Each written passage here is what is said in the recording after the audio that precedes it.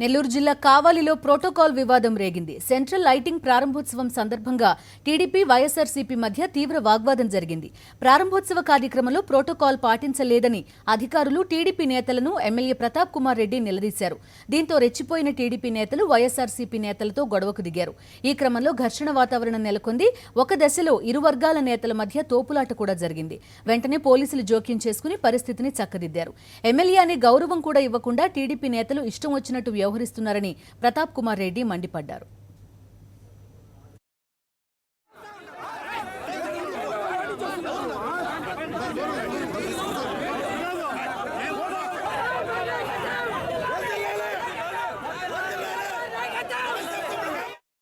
MLA అనే గౌరవం కూడా లేకుండా ఆ కార్యక్రమాన్ని ప్రోటోకాల్ పాటించకుండా ఓపెన్ చేయడం బాధాకరమైన విషయం.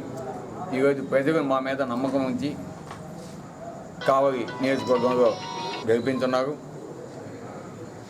కానీ ఈరోజు అధికారులు చూస్తే అధికార పార్టీకి తుత్తుగా ఈరోజు వ్యవహరిస్తున్నారు.